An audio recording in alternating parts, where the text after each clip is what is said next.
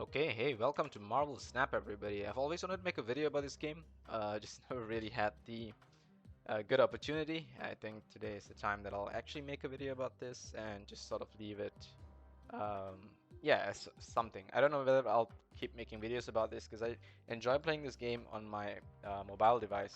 I don't really play this on the computer, but I decided, hey, since there is a version on Steam and it's readily available and it allows me to bind to my account, why not? Because initially when this game first came out, and I mean like really first came out, I tried to play it on mobile and it worked, and I tried to link it to my Steam account and it refused to do it. The Steam didn't have a way for me to sign into my Google Play account and use the game. So now it does, and it does it quite smoothly, and it seems quite decent. It's not as buggy as I thought it would be, because initially it was pretty buggy, but they seem to have fixed a lot of the problems. And I think the team has done an amazing job utilizing all of the characters in Marvel, as every Marvel game should, because they have such a huge roster of characters. There's so many that I have unowned as well. But yeah, it's pretty impressive that they're able to think of an ability for each and every one of these characters, which is what I absolutely love about variations of Marvel games. Is the fact that they know there's this character, they know this is their power limits and this is what they can do.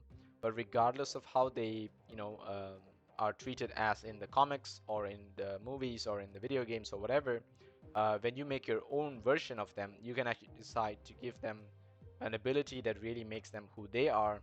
And especially card games, because they have a cost to power to ability, there's a lot of ways to balance these characters. And while the game is constantly being updated, constantly being balanced, and there's constantly new characters being added as well, it just keeps it more exciting. There's a meta, there's things to work around.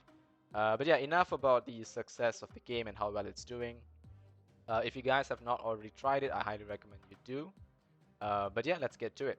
So today I want to talk about a Mr. Negative deck, and on the left side of the screen you should be seeing a panel of the exact cards that I already have loaded up here. So let me just see whether these are correct. So we do have Kitty Pryde, Angela, Zabu, and Rogue. There's this pop-up that keeps showing up. It's really annoying. Let me just go and try to disable that. I don't know whether my ad block is working correctly, but anyway, I am taking the window of cards on the left from a separate website just to show you what it is. I could just screenshot my deck, yes, I know, but I can't seem to sort it out in this way to make it look very nice. I'm sure someone has a better idea. I'll probably think about it in the future. My best guess would be to screenshot it 3 by 3 and then show us 6 cards on my left, because I don't really use the card trackers to sort of have an advantage over my opponent who can't remember their cards. I don't really do that. I sort of just try to remember my cards and just play it as is. But yeah, so we have Kitty Pryde, Angela, Zabu, Rogue, Cosmo, Killmonger. We do have Mr. Negative, Jubilee, Shang-Chi, Rockslide, Iron Man, Magic. Now the only card here that I don't feel belongs in this deck is Rockslide. While Rockslide is a great 4-cost card that works really well with Zabu, and really pushes the opponent later in the game, meaning once they've spent about 4 turns worth of cards to all of a sudden end up getting rocks if they're unlucky. It's still a decent card to have in this deck. But if I could, I would swap Rock Slide out for so many other possible cards. Because of the way Marvel Snap is designed with Mr. Negative, you essentially want to look for cards that have less power and are higher in cost, and they play really well. There are limits though, which is in the case where we don't end up getting Mr. Negative, we still need to find ways to win with this deck. Now this deck completely lacks power. There's not enough damage for most of these characters, and so you rely on the control of things like Killmonger, Shang-Chi, and even Rogue to sort of prevent the opponent's cards that really amp up their powers with ongoing effects on reveal effects and stuff like that. Because the highest damage like card you can straight up look at is the Infinite, right? And there is one more, I think Giganto or something. Um, Giganto, right? Giganto is 14. Wait, Destroyer is 15. Okay, so it's not that much. So Infinite is still the highest. So yeah, you could still end up having something like an Infinite being thrown at you through a swap with, I don't know, you're lucky enough to use Lockjaw or something and get Infinite. Yeah, that could be one possibility. So yeah, just to prevent those, we have Shang-Chi, but if it happens again, hey, there's really not much we can do. But yeah, the other cards I could think of being added to this deck is Blue Marvel. I did test it out for a bit, it was pretty good. Arnim Zola is another really good character, and so is Leader, because these immediately become a 2/6/06, and Blue Marvel becomes a 3/5, which is also really, really good. But again, it all depends on your luck of pulling out Mr. Negative. So let's just go and test this deck. So the thing is, we have a 1 in um, a 3 out of 12 chance. So that's 1 in 4 chance of pulling out Mr. Negative on the first round. So no Mr. Negative. And now we're going to get a draw here. This is 1 in 3 chance. So we fail the 1 in 4 and the 1 in 3. So now it's all just infinite possibilities of having Mr. Negative beyond this. But yeah, anyway, let's just keep going. Turn for all cuts move. I wonder what he is. He's a Korg. I think he might even have Rock Slide if he is. I don't know, Rocks and Birds, that kind of deck. There's stuff like that. The decreased cost is really going to help us here, but we don't have our Kitty Pryde to sort of rotate. Um, we can still go Angela. I don't think there's a harm here. Let's just drop her on the left since we are being moved. Armor to protect the Korg? I don't know, but there's definitely going to be a card there that's going to allow him to... Oh, this is really good. Cards are not revealed until the game ends. Okay, this might be good for us because we don't have to focus this lane at all, and he can't use reveal abilities, so he has to focus one of these. I'm going to drop Mr. Negative here because we have him already, which is really good for us. He's going Cyclops. I see. So he has the new card, High Evolutionary. And what High Evolutionary does is when your opponent has any unspent energy, even if it's just 1 point of unspent energy, for Cyclops' case, he inflicts 2 random enemies here with 1 -1 power. So it's a pretty strong card, Cyclops. I really like him from the X-Men. Always liked him over Wolverine because I used to read the comics and Cyclops is cooler. But yeah, having High Evolutionary's effect almost makes you feel like that's what Cyclops should have been born with, like from the get-go, if you know what I mean. Anyway, let's see. We do have quite a number of opportunity here. We already have 0-5 Iron Man. We don't have to throw him down. We could do Jubilee here. Yeah, because of why not? I don't see my other cards being very useful. This is ongoing. No, it's not ongoing. Yeah, that's a problem. Because the way High Evolutionary works is these are not ongoing abilities. They're just straight up abilities, which is pretty insane. This is on reveal, so this is okay, something you can control. We pulled out Rock Slide, which is pretty good. But here comes the move. Okay. Okay, so this is dangerous. This is dangerous. High Evolutionary really is like a real pain in the ass. It's pretty scary how powerful they are. We could drop Iron Man here. We are unlucky we didn't get Magic. I would have liked to get Magic. That might have helped us. I don't know now. It's turn 5. There's no ongoings for me to pull. Really not much for me to do here. We could drop Cosmo here. Just to slow things down a bit. And since he doesn't have any 1 cost that I can shoot, I might as well just pen Killmonger. Okay, he does a Shocker. Evolutionary is there. Unfortunately, his on reveal goes first, but whatever. There's not much we can do about it. Okay. Now we get Zabu. This is really unlucky. We might not win this, but I see no reason why we shouldn't just YOLO this. How do we YOLO this though? Is there a way? Is there a chance we can YOLO this? So Iron Man has to go here. Or here. Shang-Chi has to go here. We still have last turn, so Shang-Chi could still do something. Zabu going anywhere. Zabu goes here, maybe? So what will this be? It's quite high. It's 7 It's 5 plus 7, that's 12, 24. So he has to do 24 here. Bro goes here. Actually, you know what? In that case, Zabu might as well go on the left. Mm, because this becomes a 20. And unless he has an 11, he can't beat it. He might have an 11 though. He might have Hulk. Oh shit, he might have Hulk actually. Oh well, we'll just YOLO this. Nothing we can do here. We'll take the Hulk in the face, I guess. Yeah, here comes the Hulk. Oh, it's an abomination. Okay, it's pretty close. Um, I guess. Yeah, there we go, 20, and we win. Awesome. So, if it was Hulk, we would have lost there. But it's a good thing he went for Abomination because he wanted to drop the Odin and Abomination combo. Because Abomination works something like She-Hulk, where its cost decreases. For She-Hulk, it decreases based on unspent energy. For Abomination, it's based on the number of opponents that have negative power, whatever. Yeah, they all work similarly. But Abomination is sort of the new Death She-Hulk kind of thing. It can come out really late. It has 9 power, so it's pretty scary. But yeah, we somehow surprisingly won that. That's pretty cool. Let's go for the next one. I'm really curious to know whether he had a Hulk, but he decided not to use it. That would have been pretty sad for him. Or her. We really don't know who we're playing, right? I'm pretty sure some girls play this game.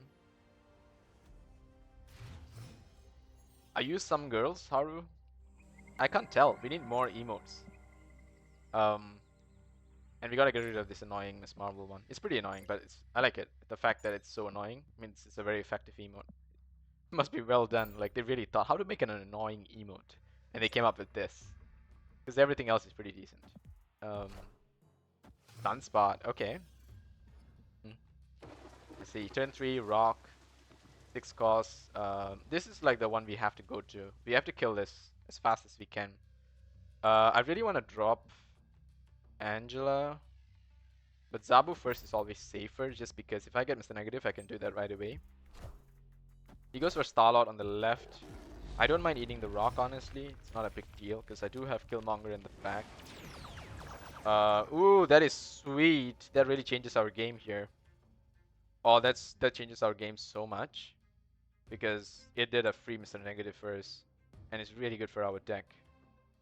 So we're obviously going to do these two, because they do the, what do you call that?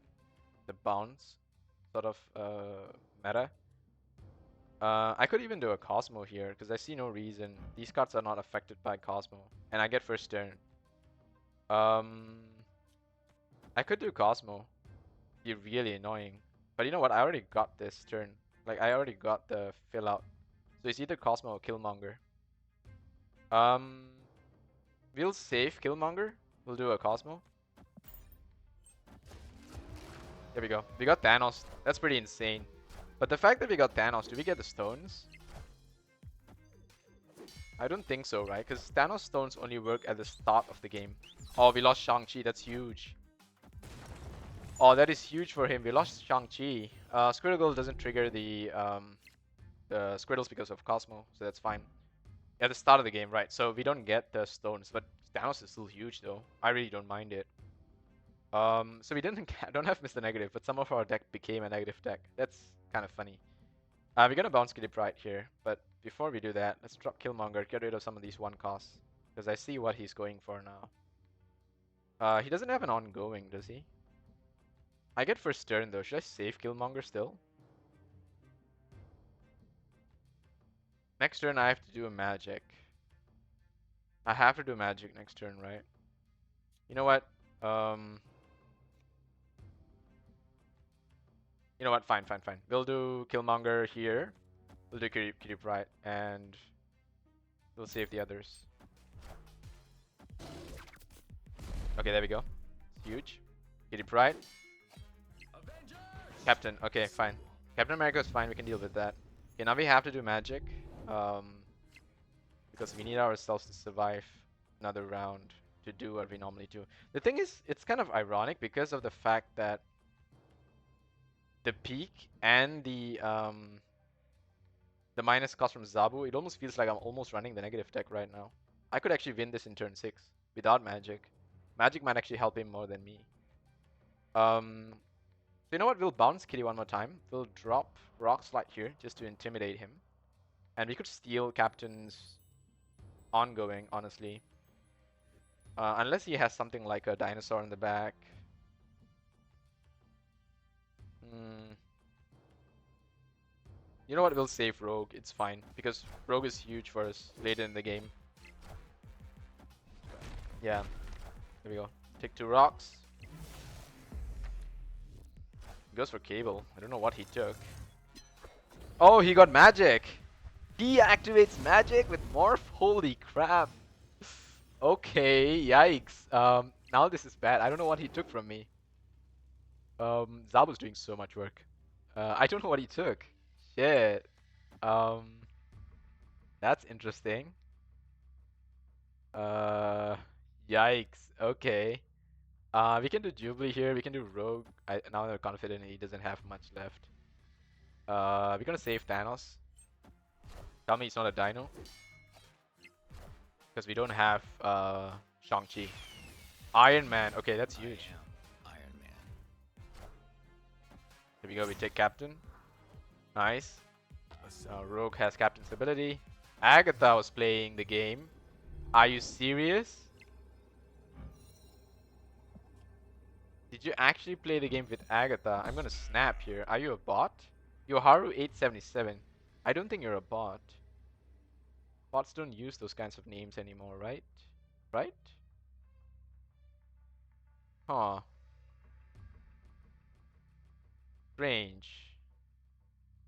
I don't know. I'm just gonna drop Kitty and Thanos and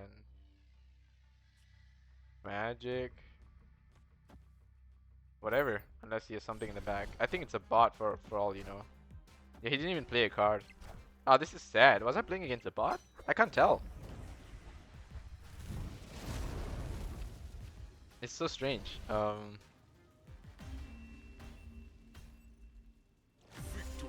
Yeah.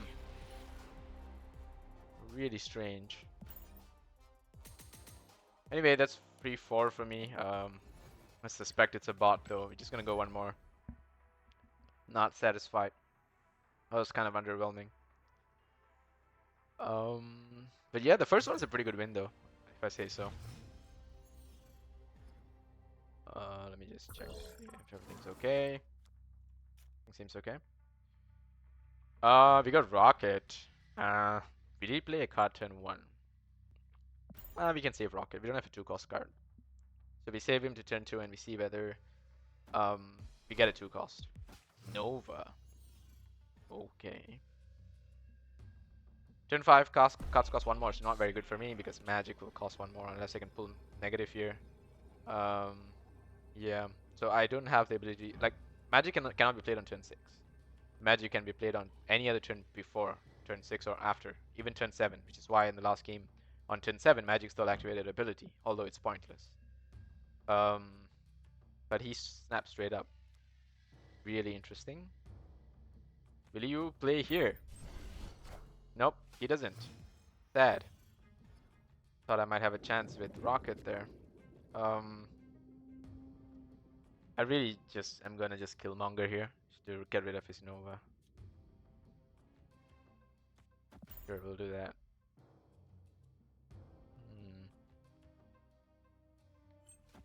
Okay, get rid of his Nova.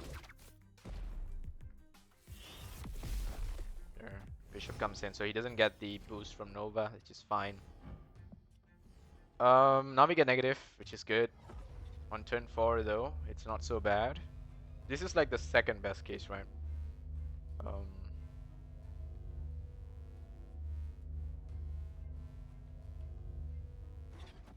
No bounce, no Angela, no Kitty Pryde. I think we're gonna go old school here with negative. We're gonna have to climb our way out of this. Yeah, because we don't have magic. Magic's out of the picture as well. Angela comes in. At what cost? We don't have anything to bounce off her, so it's kind of pointless.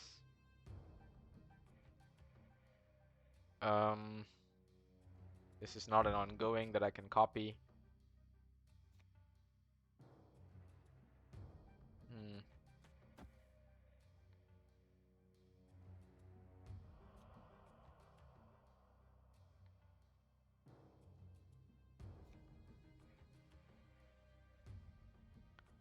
I'm gonna Cosmo here. Just because. Drax. Okay. Okay. Drax is scary. Drax is scary. But I do have Shang-Chi, which doesn't make this the worst case. And now that I didn't play Cosmo, I can play Shang-Chi, I can do Jubilee here. And this is luck though. There's no guarantee we win this. Um, do we snap? This is a bad idea. I'm gonna go for it. It's a bad idea. It's luck. If I'm just betting on pure luck, I'd rather just snap because it's 50-50, right? We pull out a good card, we win. We pull out a bad card, we lose. He has a better idea of what to do with Drax. He wins. Like, yeah. He gets first turn, so he's gonna... Okay, Hobgoblin. Okay, alright. That's probably gonna win him the game. So we got rid of one lane. Now it's the other lane that comes into question. What are you gonna pull out, Jubilee? Rock Slide. There we go, and we win. Awesome. Okay, that's huge. That was pretty close. So it was either Rock Slide or Kitty Pryde. If we pulled out Kitty Pryde, we would have lost. No, we would have still won because we would have drew with Kitty Pryde. Oh no, no, no. Kitty Pryde would be a 0-1. Yeah, it'll be a 0-1 actually. So we would have tied and then we would have lost because of the 6-7. Actually, we would have still won. Yeah, we would have won either way. That's good. Alright, that's fine. Hobgoblin didn't stop us. Cool. This is why I love this game. There's so many possibilities. It never ends. Like, even if I lost in that scenario, I'll be perfectly fine. Like, take the snap, take the cubes. It's more than entertaining for me. But yeah, super fun game, super interesting. So many possible combinations, and I might possibly be making another video. I'm not entirely sure. There's so many meta decks out there, so many content creators already playing this game, and it's so fun. But yeah, I absolutely love the negative deck. It's just one unique way of playing that brings out cards that you would otherwise think that, oh, this card sucks. You know, it's like a 5 and a 0, and there's a lot of abilities that make your card negative. You know, they reduce your power, especially now with the high evolutionary meta. There's a lot of cards that start to reduce the power of your opponent's cards. So Iron Man could easily become a 5-2, and then you drop him in one location, he causes a -4 instead, which is really bad for the team, right? But Mr. Negative completely flips that and makes Iron Man a 0-5 by default, and it really changes the game.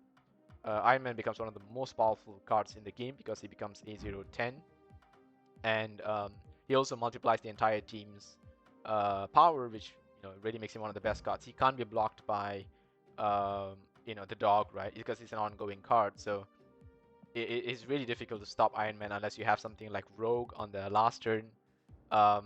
I love Rogue because Rogue for me is the counter that otherwise Enchantress would need to do. Enchantress is a 4-5, a lot of power, and she blocks all the ongoing opponents. But sometimes you only have one ongoing card in a location, and you don't want to remove your ongoing ability. So, for example, I could drop Iron Man and Rogue in the same location, but if I drop Enchantress next to Iron Man, Iron Man's ability is gone, right?